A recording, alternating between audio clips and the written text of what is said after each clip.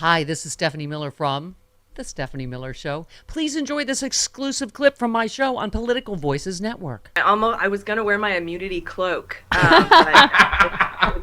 It's invisible, much like Trump's. So, Allison, talk to us. You are so good on all these details. I mean, you were saying, obviously, this is what we expected, legal experts, but it's also exactly what you hoped for. Tell us why. You were starting to, before we came on, a little bit. Well, as my dream scenario, and I've talked to you about this, I've talked to everybody on my podcast about this, was that Jack would go to the Supreme Court, leapfrog over the D.C. Circuit. Supreme Court would say no. D.C. Circuit would hear it. D.C. Circuit would say no immunity, give him a very short period of time to petition the Supreme Court. And that's where we are now. Yeah. And now I hope that the Supreme Court does not issue a stay, does not grant cert, and will not hear this case. Because that means that the D.C. proceedings will resume this Monday. Right. That's fast. Now, Supreme Court could grant a stay, could give a decision. They would have a decision out by June, which would push the trial back quite a bit. But this is a solid, very solid decision on the merits. They decided and agreed that they did have jurisdiction, which was what I thought might take them so long. And so they've come to the conclusion that they have jurisdiction. They made a decision on the merits. It's per curiam, which means they all are in agreement. It's unanimous. This will be very difficult for the Supreme Court to try to intervene on, because they generally don't intervene in cases that are pretty solidly decided. So we'll see what happens, but we are 3/4 of the way to my dream scenario. And they did finally listen to Andrew Weissman, who said snap-a-doodle. Let's go with this. That's a legal term, snap-a-doodle. Let's go. Yes, term of art. Well, except that that's what people were saying about why it took so long. They wanted it to be unanimous. They wanted to be bulletproof. So again, it's anyone's guess in terms of in the Supreme Court. Obviously, the oral arguments that start Thursday. You know, we've got Glenn Kirschner saying he thinks they are going to rule that he can't be on the ballot, and we just played Dan Abrams, who said, "Oh, they absolutely aren't going to rule that." So, I mean, we are just in a legal Wild West, aren't we? What do you think is going to happen? Well, yeah, we've never been in this position before because we've never had such a criminally culpable former president. So, you know, I think we've run out of adjectives. Yeah. And we need, you know, the thesaurus is out of adjectives for unprecedented, and now we're just Wild West. I like it. We're Wild Westing it.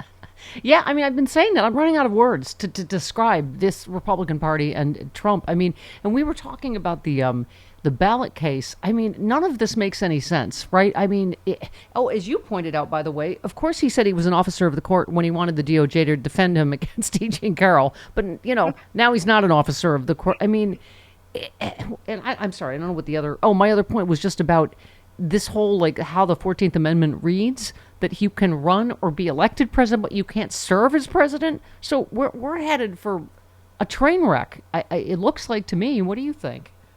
Yeah, now we're talking about the Supreme Court arguments this Thursday, right? Yeah. About, Yeah, it's going to be weird because there's really no logical reason to put them on the ballot, and it's going to be interesting to see how the Supreme Court does that, because I think they will try to keep them on the ballot, but they just don't have a good argument to do it. There's zero good argument to do it, because like you said, if they do the whole argument that, well, he can't hold office, but he can run for office, well, then you're saying that a 17-year-old can run for president, be elected, and then we have to, like, overturn the will of the people and pull them out, throw it to Congress, and we have a whole possible constitutional crisis. Yeah. So that would be stupid. I don't think the Supreme Court will do that. But they're in it now. They have to make a decision.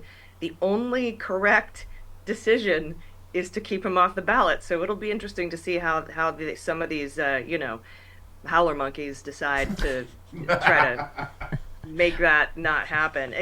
I don't know. And I also, of course, am always concerned about, you know, the Kavanaughs and the Alitos and the Thomases of the world when we're talking about this immunity cert. Will they continue to stay the D.C. proceeding because they want to, you know, swing their robes into it? I don't know. We'll see. I don't know. I just like that. Almost as much as I like en banc. En banc. En banc. It's two words. It's just fun to say. It's 2 words. And it's spelled B-A-N-K. Q. C. C. En banc. Yeah. Not bong. It just seems like something El Kabong would say. On the bong. Yes. I Yes. am on the bong. That is what On the bong. There you go. So all 12 of us are taking hits. speaking of hits, oh my God, you're as big a Tracy Chapman fan as I am. You still, over the Grammy. Oh, yeah. Here's a fun fact, Chris. The first woman that broke my heart, that was my song "Fast Car." I remember that. Oh, I thought you were going to say it was Tracy Chapman. Crying in my apartment in Buffalo. Oh. She was Yeah, and fantastic. to all the haters, okay, Celine Dion has a no contact rider. That's why Taylor Swift didn't run up and hug her. Exactly. Yeah. But what a beautiful night for women, for music. It was incredible. Just, Yeah, I have that here, by the way, too. I have that as well. And Yeah, we're not allowed to when touch they touch her. me by accident, Yeah. I just, I'm allowed to, She's over touchy. punch them. I'm electrified, so if anyone Yeah. touches Oh, really? That's smart. That's good to know. That's smart. Yeah. Yes, he said, I'm so excited for all the folks being introduced to Tracy Chapman for the first time tonight. Her music was an integral part of my early teens. Yeah. Oh my God! And you were talking. Both Sides Now was my favorite song when I was a kid. Joni Mitchell. Yeah, we were just saying it feels like kind of a magical week.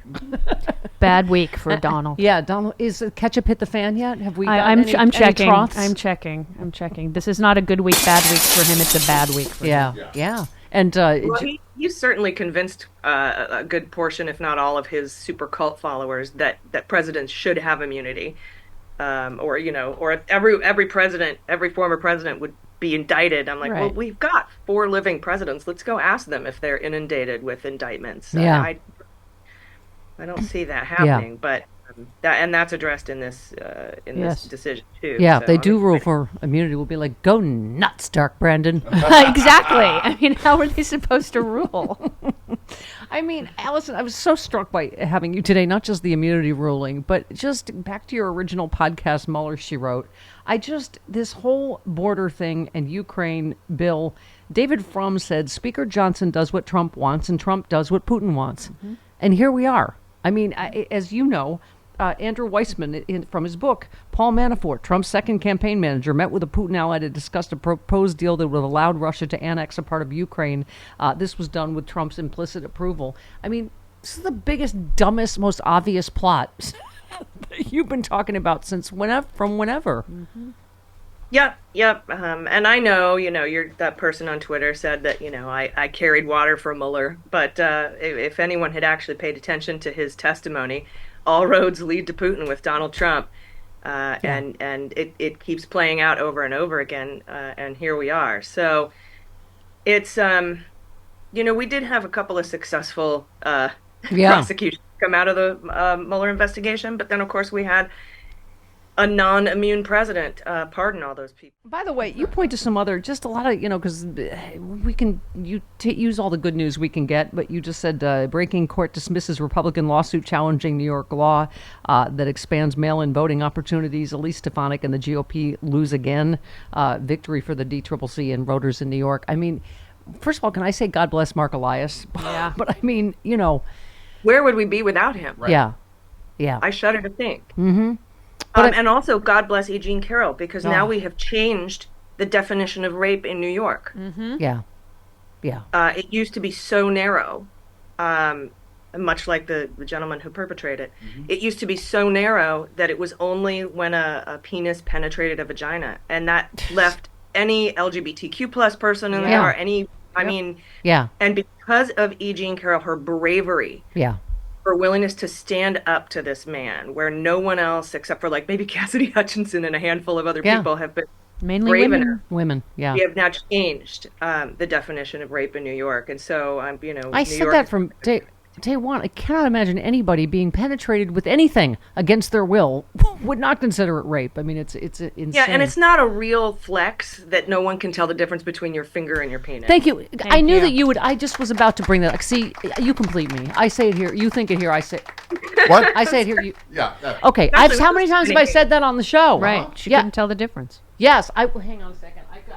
And she was honest about it. Yes, she was. Not enough attention has been paid to the only reason she didn't know the difference between his tiny Cheeto penis and his tiny finger. Okay. I just don't think enough attention has been paid. Enough to that noise has been particular made detail. about that? Yes. Yeah.